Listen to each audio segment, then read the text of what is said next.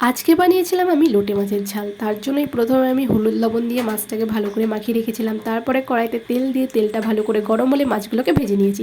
তারপরে ওই একই তেলে জিরে, তেজপাতা, শুকনো লঙ্কা ফোড়ন দিয়ে তার মধ্যে একে একে পেঁয়াজ কুচি, টমেটো কুচি এবং কয়েকটা রসুনের কোয়া দিয়ে ভালো করে ভেজে নিতে হবে। এটাকে ভালো করে ভাজতে হবে যতক্ষণ না পেঁয়াজটা এবং টমেটোটা নরম হয়ে যায়।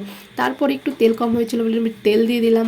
তারপরে এটাকে ভালো করে আমি ভেজে নিলাম। এরপরে টমেটো এবং পেঁয়াজটা একটু নরম হয়ে গেলে এর মধ্যে দিয়ে দিতে হবে আদা বাটা, রসুন বাটা, পেঁয়াজ বাটা এবং শুকনো লঙ্কা বাটা, আর একটু হলুদ গুঁড়ো এবং পরিমাণ মতন লবণ। এরপরে মশলাগুলোকে ভালো করে একসাথে মিশিয়ে তারপরে ভালো করে কষিয়ে নিতে হবে। কষানোর পর এর মধ্যে দিয়ে দিতে হবে একটু জল, যাতে মশলাটা পুড়ে না যায়।